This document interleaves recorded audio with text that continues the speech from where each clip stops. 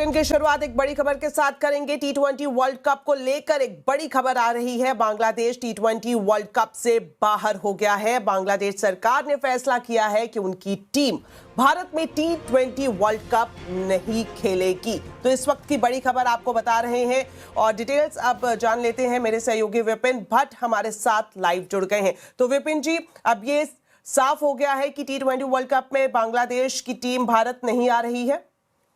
Almost अभी के हिसाब से तो ये साफ लग रहा है, क्योंकि बीसीबी यानी बांग्लादेश क्रिकेट बोर्ड ने कहा है कि वो मैचेस नहीं खेलेंगे इंडिया में आके। उन्होंने अपनी सुरक्षा के कारणों का हवाला दिया है, जो वो लगातार कहते आए हैं कि उनके प्लेयर्स को खतरा रहेगा। एक न्यूट्रल वेन्यू की मांग कर रहे थे या कह रहे थे कि हमारे सारे मैचेस श्रीलंका में शिफ्ट कर दिए जाएँ या फिर हमारा ग्रुप बदल दिया जाए। 4 मैचेस इंडिया में खेलने थे बांग्लादेश को, जिसमें से 3 मैच जो थे उनके वो कोलकाता में होने थे और 1 मैच मुंबई के वानखेड़े स्टेडियम में होना था।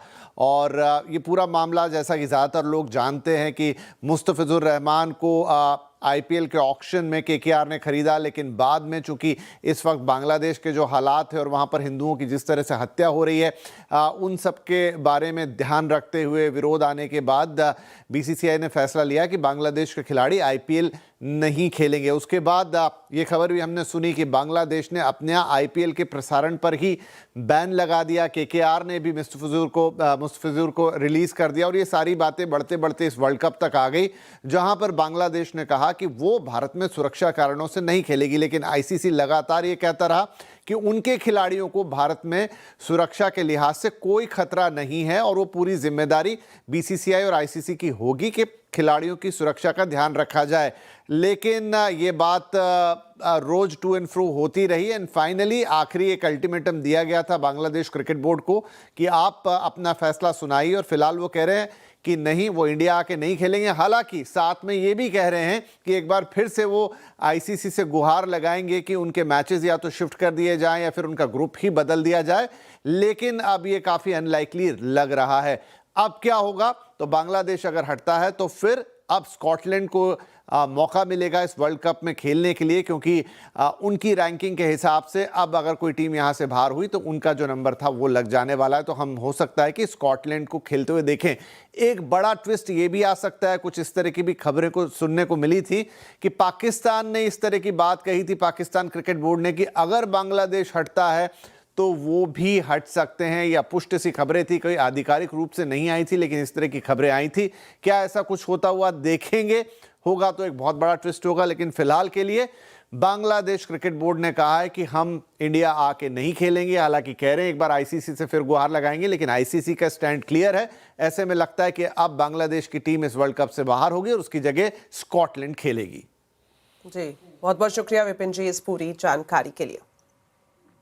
चलिए बढ़ते आगे और बात करते हैं वर्ल्ड इकोनॉमिक फोरम की। अमेरिकी राष्ट्रपति डोनाल्ड ट्रंप ने अंतर्राष्ट्रीय राजनीति में बड़ा कदम उठाया है। गाजा में शांति बहाली के लिए ट्रंप ने गाजा पीस बोर्ड पर दस्तखत कर दिए हैं। ट्रंप के साथ इस प्लान पर कई देशों के प्रमुख ने भी दस्तखत किए हैं। इसमें पाकिस्तान के प्रधानमंत्री शहबाज शरीफ भी शामिल हैं। इसके अलावा इंडोनेशिया, अर्जेंटीना, कतर ने भी इस पर दस्तखत किए हैं।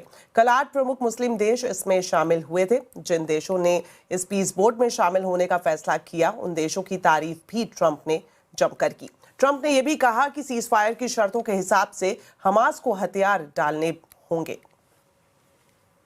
And I've been very clear that Hamas must return that last remaining deceased hostage as well, and that will be the full commitment. And then we get on to other things, and we're committed to ensuring Gaza is demilitarized, properly governed, and beautifully rebuilt. It's going to be a great plan, and that's where the border peace really started. And I think we can spread out to other things as we succeed with Gaza. We're going to be very successful in Gaza. आपको बता दें, Davos में चल रहे world economic forum से भारत के लिए बहुत बड़ी खुशखबरी आई है। दावोस के सर्द मौसम में ये खबर भारत और अमेरिका के रिश्तों के लिए नई गर्माहट लेकर आई है। मनी कंट्रोल से सुपर एक्सक्लूसिव बातचीत में अमेरिकी राष्ट्रपति डोनाल्ड ट्रंप ने भारत के साथ बड़ी ट्रेड डील का साफ संकेत दिया है। ट्रंप ने प्रधानमंत्री नरेंद्र मोदी को एक शानदार इंसान और अपना अच्छा दोस्त बताया। ट्रंप ने कहा कि वो प्रधानमंत्री मोदी का बहुत सम्मान करते हैं।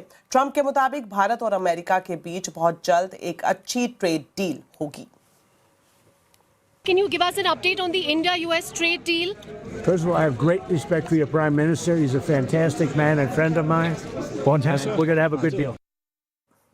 चलिए अब आपको बताते हैं आवाज अड्डा के टॉपिक के बारे में। दावोस में ब्रांड इंडिया जबरदस्त तरीके से मजबूत हुआ है। ईयू ने भारत के साथ मदर ऑफ ऑल डील्स की बात कही तो प्रेसिडेंट ट्रंप ने प्रधानमंत्री मोदी की तारीफ की और भारत से डील की बात भी कही। तो आज हम आवाज अड्डा में इसी पर ही खास चर्चा कर रहे हैं और जरूर देखिए शाम 7:57 पर सबकी पसंद इंडिया।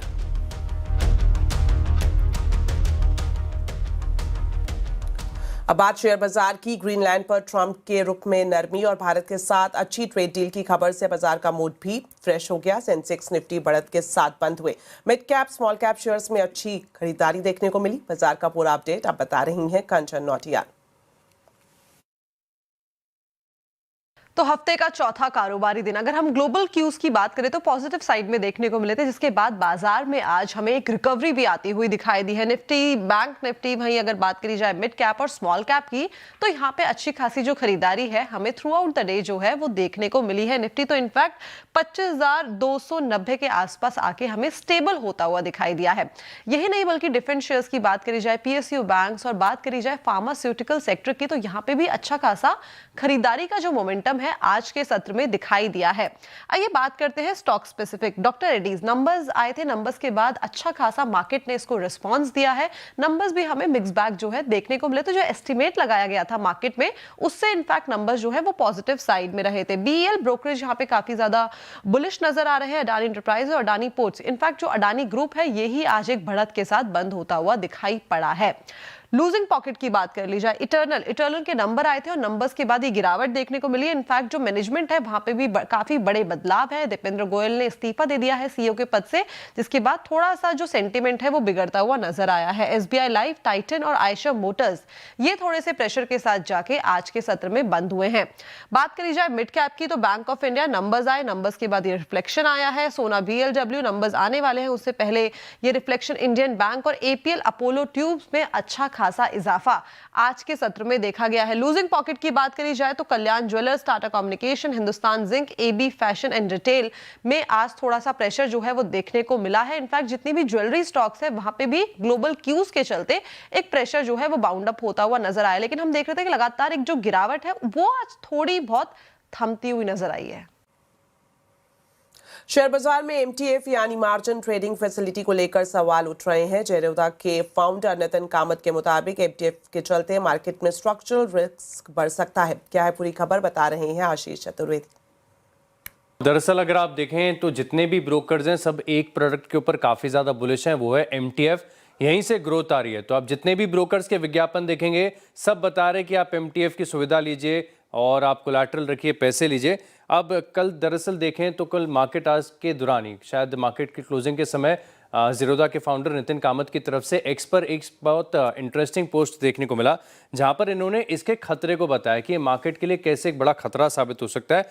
इसे समझते हैं बड़े विस्तार से, लेकिन सबसे पहले अगर आप देखें तो ये कह रहे हैं कि पिछले 4 साल में ये जो एमटीएफ एज अ प्रोडक्ट है इसमें तकरीबन 5 गुने की बड़ी बढ़त देखने को मिली। अब ये आंकड़ा इंडस्ट्री में 1.1 लाख करोड़ से ज़्यादा का देखने को मिला। लेकिन क्या है ये एमटीएफ, दरअसल समझ भी लेते हैं। तो दरअसल आप देखें तो आपके पास एक सुविधा होती है कि आपके पास जो स्टॉक्स हैं आप उन्हें गिरवी रख के एज अ कोलैटरल रख के एक मार्जिन ले सकते हैं। अब तकरीबन जितने भी बाजार में शेयर हैं इनमें से 1300 ऐसे हैं जिन पर सेबी अलाउ करती है कि आप कोलैटरल रख के पैसे ले सकते हैं, और साथ में जो ब्याज दिया जाता है इसके ऊपर, यानी जो ब्रोकर्स ब्याज कमाते हैं, ये 0.04% इंटरेस्ट है प्रतिदिन का। यानी आप समझिए कि 1 लाख रुपए पे 40 रुपए प्रतिदिन आपको यहाँ पर देने होंगे, लेकिन सबका अलग अलग है। मोस्टली जो रेंज है वो 9 से लेके 15% पर एनम के आसपास की है। लेकिन अब इसमें बड़ा रिस्क क्या देखने को मिल सकता है। 1300 स्टॉक जो है जिनके ऊपर कोलैटरल दिया जाता है, इनमें से काफ़ी सारे आप देखें तो बहुत इलिक्विड है, उनमें लिक्विडिटी की बड़ी समस्या है। साथ में आप देखें तो जैसे एफएनओ में लेवरेज, एफएनओ में भी इनहेरेंट लेवरेज होती है, लेकिन एमटीएफ में जितनी भी लेवरेज के बाद पोजीशंस हैं सब लॉन्ग साइड पर है, सब खरीदारी कर रहे हैं। इनफैक्ट एफएनओ में आपके पास विकल्प है लॉन्ग और शॉर्ट का, यहाँ पर कोई दूसरा विकल्प नहीं है। लेकिन अगर मार्केट में एक बार के लिए फ्लैश क्रैश आता है, बड़ी गिरावट आती है, लोअर सर्किट्स लगते हैं, तो ऐसे में इन पोजीशन जो कि इतनी लेवरेज्ड है उनका क्या होगा। क्या मार्केट उसको इतने बड़े मार्केट ऑर्डर्स को संभाल पाएंगे कि नहीं, इसके ऊपर बड़ा संदेह यहाँ पर दिया जा रहा है कि मार्जिन कॉल ट्रिगर होंगे, फोर्स लिक्विडेशन यहाँ पर देखने को मिल सकता है। अब आप समझिए कि लेवरेज कितनी ज़्यादा रिस्की है। एक उदाहरण के तौर पर आपको बताऊंगा, जैसे मिसाल के तौर पर आप समझिए कि आपके पास 1 लाख रुपए के शेयर है, आपने इसके ऊपर 20% का हेयरकट लेके 80,000 रुपये ब्रोकर से ले लिए और साथ में अब इस 80,000 रुपये से आप तकरीबन 5 लाख रुपए तक का माल खरीद सकते हैं। तो लेवरेज इनहेरेंटली काफ़ी ज़्यादा रिस्की होती है और इसी के चलते अगर आप देखें तो एक बड़ा सिस्टमिक रिस्क यहाँ पर इसे बताया जा रहा है।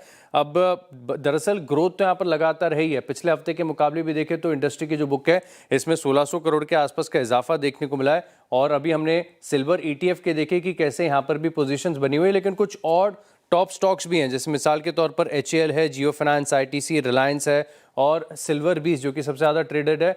यहाँ पर भी आप देखें तो MTF की पोजीशंस हैं।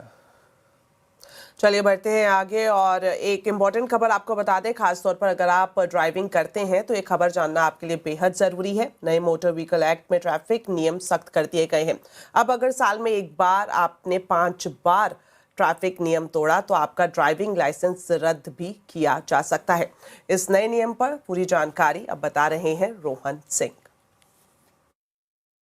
ट्रैफिक नियमों की अनदेखी पे अब सिर्फ जुर्माना देकर बच निकलना काफी नहीं होगा। अगर कोई व्यक्ति 1 साल में 5 से ज्यादा बार ट्रैफिक नियमों की अनदेखी करता है तो उसका ड्राइविंग लाइसेंस रद्द किया जाएगा। जी हां, केंद्र ने सेंट्रल मोटर व्हीकल नियमों में बदलाव किए हैं। उसके बाद अगर कोई व्यक्ति 1 साल में कई बार 5 से ज्यादा बार ट्रैफिक नियमों की अनदेखी करता है तो उसे हैबिचुअल ऑफेंडर की कैटेगरी में डाला जाएगा और उसका जो ड्राइविंग लाइसेंस है उसे रद्द किया जाएगा 3 महीने के लिए। हालांकि उस व्यक्ति के पास एक अधिकार जरूर होगा सुनवाई का, उसे मौका दिया जाएगा अपनी बात रखने का, सबूत रखने का।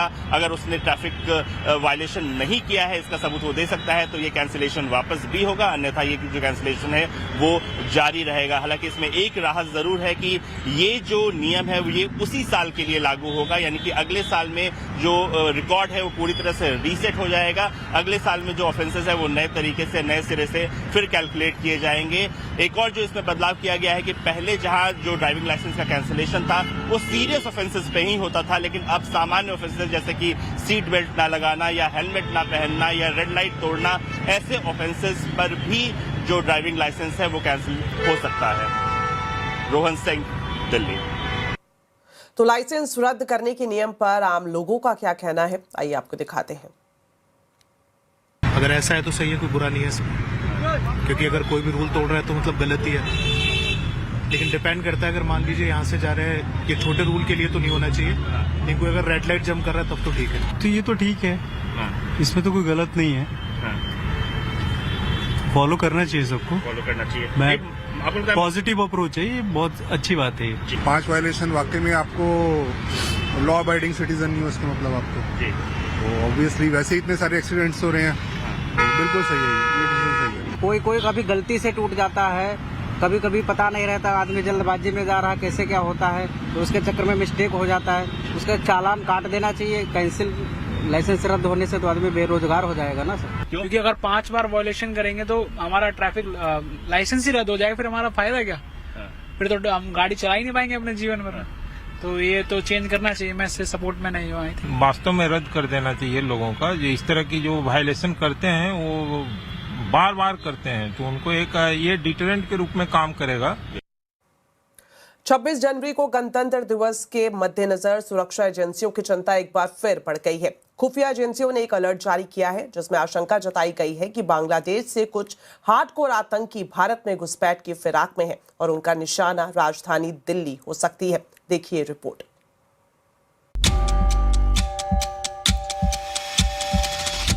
जब देश 77वें गणतंत्र दिवस के जश्न की तैयारियों में डूबा हुआ है, ठीक उसी वक्त सरहद पार से एक खौफनाक साजिश की सदबुगाहट ने सुरक्षा एजेंसियों की नींद उड़ा दी है और इस साजिश को अंजाम देने के लिए पाकिस्तान में बैठे आकाओं ने एक पलटन तैयार की है। कोड नेम दिया है 2626, जिनके टारगेट पर हैं अयोध्या का राम मंदिर, जम्मू का रघुनाथ मंदिर और देश के तमाम बड़े शहर। खुफिया इनपुट के मुताबिक पाकिस्तान की जासूसी एजेंसी ISI और आतंकी संगठन जैश ए मोहम्मद ने मिलकर भारत को दहलाने के लिए खतरनाक प्लान तैयार किया है। इस साजिश का मकसद गणतंत्र दिवस के समारोह में खलल डालना है। दिल्ली पुलिस ने इसको लेकर कुछ संदिग्धों के फोटो भी जारी किए। इसमें यूपी के संभल का रहने वाला मोहम्मद शर्जील मोस्ट वांटेड की लिस्ट में है। उसके अलावा दिल्ली के चौहान बांगड़ का रहने वाला मोहम्मद रेहान, झारखंड के चतरा का रहने वाला अबू सुफियान, जमशेदपुर का रहने वाला मोहम्मद अर्शियान, कर्नाटक का रहने वाला मोहम्मद शाहिद फैसल और हैदराबाद के रहने वाले मोहम्मद उमर की एजेंसियों को तलाश है। आतंकी हमले की साजिश रचने के आरोप में पंजाब के लुधियाना पुलिस ने हरियाणा के जींद से एक खालिस्तानी समर्थक कुलदीप को गिरफ्तार किया है। पंजाब पुलिस के मुताबिक कुलदीप ने पाकिस्तान में बैठे कट्टरपंथियों के साथ मिलकर दिल्ली में धमाके की साजिश अंजाम दी थी। भारत के खिलाफ साजिश में ये नया पैंतरा नहीं है। युवाओं को देश के खिलाफ साजिश में शामिल करना पाकिस्तान में बैठे आकाओं की एक सोची समझी साजिश है। कल जम्मू कश्मीर के उधमपुर और कठुआ के बीच पहाड़ी इलाकों में आतंकियों की मूवमेंट देखी गई थी। सूत्रों के मुताबिक आतंकियों के नाम मावी, उस्मान और अख्तर अली है। अख्तर अली का कोड नेम निक्कू है। मावी और उस्मान पाकिस्तान का रहने वाला है, जबकि अख्तर अली कठुआ का रहने वाला है, जो 2003 में पाकिस्तान चला गया था और 2023 में अवैध रूप से घुसपैठ कर भारत लौटा और तब से उधमपुर कठुआ के पहाड़ी इलाकों में छिपकर रह रहा था। वहीं पंजाब में भारत पाकिस्तान बॉर्डर के पास से पिछले 48 घंटे में 141 संदिग्ध गिरफ्तार किए गए हैं, जिनका मकसद आतंकियों और गैंगस्टरों के मददगारों की मदद करना है।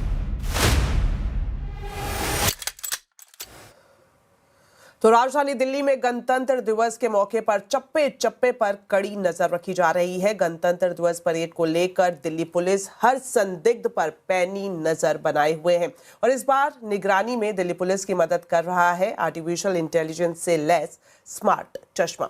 इससे पुलिस के जवानों को ऐसी पावर मिल रही है जिससे वो भीड़ में भी किसी भी संदिग्ध की पहचान आसानी से कर सकते हैं। इन चश्मों की खासियत पर महिला पुलिसकर्मियों से खास बातचीत की संवाददाता आनंद तिवारी ने। इसमें थर्मल फीचर भी है, जो अगर कोई भी बंदा जो भी आरडीसी परेड में शामिल होने आ रहे हैं और अगर वो अपने साथ कोई भी सस्पिशियस चीज़ ले जाने की कोशिश करते हैं तो वो उसको भी थर्मल कैमरा से डिटेक्ट करते हुए तुरंत पहचान लेगा और उसकी जो गतिविधियां हैं उसको रोका जाएगा। मैम, जैसे कि मान लीजिए मैं अपने पॉकेट में कोई हथियार या चाकू लेकर या कोई भी शख्स अगर घुसने की कोशिश कर रहा है, इस तरह जैसे मैं जैकेट पहना हूं, तो ये कैमरा उनके जो भी इक्विपमेंट है उसको देख लेगा। उन वस्तुओं को थर्मल कैमरा से पहचानते हुए उसको डिटेक्ट कर लिया जाएगा और आपको अलर्ट रेड कलर के सिग्नल से आएगा। Yes sir. और इसकी रेंज कितनी है? मतलब 26 जनवरी परेड गणतंत्र दिवस पूरे काफी बड़े एरिया में होती है नई दिल्ली इलाके में। आपके कई इस तरह के जवान जो हैं इसको चश्मे को लगा के मौजूद होंगे। इसकी रेंज क्या होगी?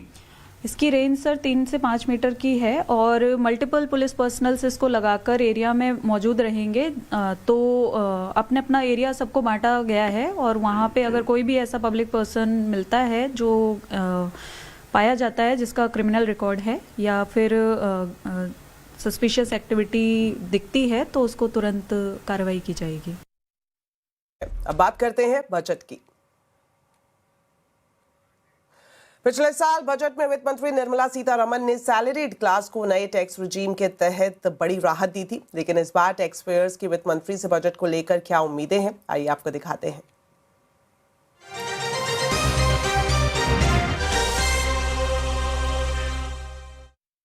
इस बार बजट से सैलरीड क्लास यानी कि नौकरी पेशा लोगों की किस तरह की उम्मीदें हैं, ये जानने के लिए मैं आ गई हूँ कनॉट प्लेस में एक ऑफिस में और मेरे पीछे आप देख रहे हैं ये वो लोग हैं जो सरकार को इनकम टैक्स देते हैं। तो इनकी क्या उम्मीद है, ये क्या चाह रहे हैं वित्त मंत्री से, सीधा इन्हीं लोगों से हम बात करेंगे। सर, सबसे पहले आपसे जानना चाहेंगे, बजट बस कुछ ही दिन दूर है, क्या उम्मीद कर रहे हैं आप वित्त मंत्री से? मिडिल क्लास अर्नर होने के नाते मेरी फाइनेंस मिनिस्टर से ये उम्मीदें होंगी कि जो 80C का जो रिडक्शन 1.5 लाख का है उसमें सारे इन्वेस्टमेंट्स कवर होते हैं इनफैक्ट, तो वो मुझे लगता है कि अभी कहीं ना कहीं हद तक लिमिट छोटी पड़ती है, क्योंकि अभी कंप्लीटली जो शिफ्टिंग होती है न्यू टैक्स रेजिम पे वो पूरी तरीके से नहीं हुई है, एटलीस्ट मैं अपनी बात करूँ तो, क्योंकि जिस हिसाब से हमारी सैलरी है तो मुझे लगता है कि 1.5 लाख की जो लिमिट है उसको इंक्रीज करना चाहिए, वो एटलीस्ट 2.5 या 2.8 के आसपास करना चाहिए, ताकि हमको कहीं ना कहीं हद तक थोड़ा बहुत फायदा मिले। एज अ वर्किंग वुमेन कहीं ना कहीं मैंने नोटिस किया है कि घर की और वर्क की दोनों रिस्पॉन्सिबिलिटीज आप पे आती हैं। ऐसे केस में एक वर्किंग वुमेन जैसे कि मैं चाहूंगी कि हमें टैक्स बेनिफिट मिले, child care, old age care और हेल्थ इंश्योरेंस में हमें कुछ बेनिफिट्स मिलने चाहिए।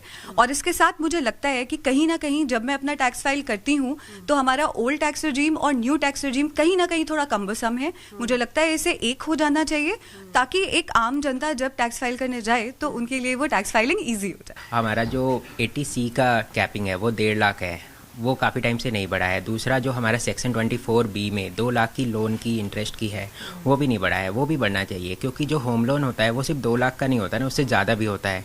तो जो आम आदमी है उसने लोन लेके अपना घर बनाया है उसे और रिबेट मिलना चाहिए। दूसरा न्यू टैक्स रिजीम में होम लोन का बेनिफिट नहीं है, तो ओल्ड टैक्स रिजीम के साथ साथ न्यू टैक्स रिजीम को सिंप्लीफाई करने के लिए होम लोन के इंटरेस्ट का बेनिफिट हमारे न्यू टैक्स रिजीम में भी होना चाहिए। ओवरऑल अभी तक जितनी भी यहाँ पर उम्मीदें जताई गई उसका लबोलुआब यही कहा जा सकता है कि जो मिडिल मैन है उनकी जो इन हैंड सैलरी है वो टैक्स के बाद ज़्यादा उनके हाथ में आए, और कई सारी उम्मीदें इन्होंने जताई। हम भी ये उम्मीद कर रहे हैं कि तमाम जो ये मांगे रख रहे हैं वित्त मंत्री के सामने, वित्त मंत्री उनकी तरफ ध्यान देगी और इनको राहत जरूर मिलेगी।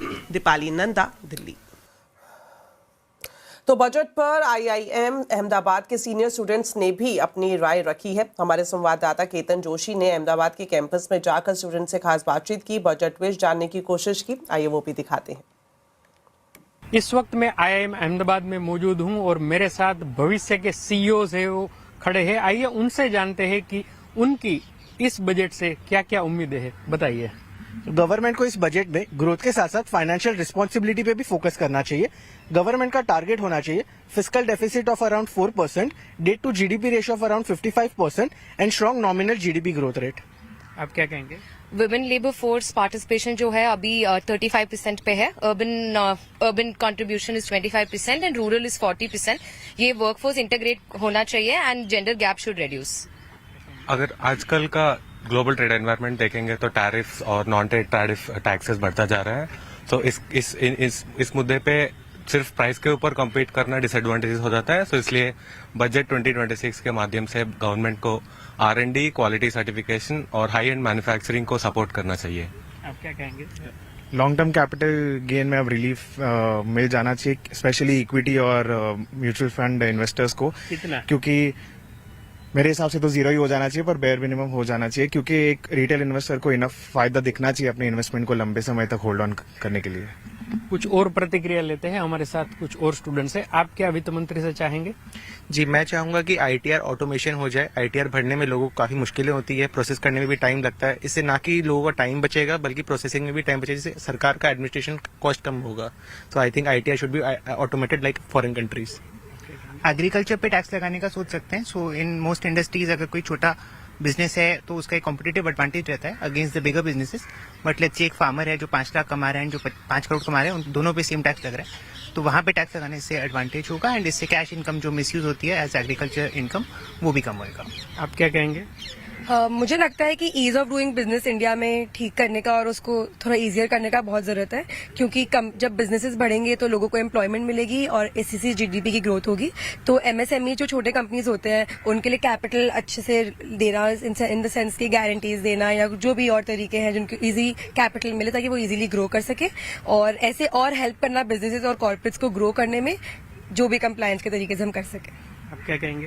मुझे लगता है लास्ट ईयर के बजटरी AI पुश के बाद बहुत जरूरी है कि हम इस साल के बजट में एक लॉन्ग टर्म विजन सेट करें कि हम एज ए नेशन AI को कैसे यूज करेंगे अपने इकोनॉमिक गोल्स अचीव करने के लिए, वो चाहे AI इंफ्रास्ट्रक्चर हो, स्किल डेवलपमेंट हो और मोस्ट इम्पोर्टेंटली रेगुलेशंस। तो यहाँ से जो सजेशन मिला है उसको अगर वित्त मंत्री है वो अमल में लाते हैं तो न केवल समूचे भारत का ग्रोथ होगा, लेकिन जो 2047 का हमारा लक्ष्य है उनको अचीव करने में भी आसानी होगी। केतन जोशी, अहमदाबाद। अब खबर जम्मू कश्मीर से, जहां डोडा में बड़ा हादसा हुआ है। डोडा में सेना की गाड़ी खाई में गिर गई, जिसमें 10 जवान शहीद हो गए, जबकि 7 जवान घायल बताए जा रहे हैं। घायल जवानों को हेलीकॉप्टर से रेस्क्यू किया गया है। उपराज्यपाल मनोज सिन्हा ने हादसे पर दुख जताया। देश की सबसे अमीर महानगर पालिका यानी बीएमसी की मेयर एक महिला होंगी। मेयर पद के लिए निकाली गई लॉटरी में यह फैसला लिया गया है। मेयर के लिए जो लॉटरी निकली वो महिला ओपन कैटेगरी में निकली है, यानी अब जीती हुई महिला नगर सेवकों में से कोई भी महिला बीएमसी की मेयर बन सकती है। ओपन कैटेगरी होने का मतलब है कि किसी जातिगत समीकरण की मजबूरी नहीं होगी। अब हर पार्टी अपनी सबसे भारी भरकम और लोकप्रिय महिला पार्षद को सीधे मैदान में उतार सकेगी। आपको बता दें, पिछली बार बीएमसी में मेयर का पद जनरल कैटेगरी का निकला था। ऐसे में इस बार जनरल कैटेगरी को लॉटरी में नहीं रखा गया था। बीएमसी के अलावा 7 और महानगर पालिकाओं में महिला ओपन कैटेगरी की लॉटरी निकली है। इसमें पुणे, धुले, नवी मुंबई, नासिक, नागपुर, नांदेड़ और मीरा भाईंदर महानगर पालिका शामिल है। तो चलिए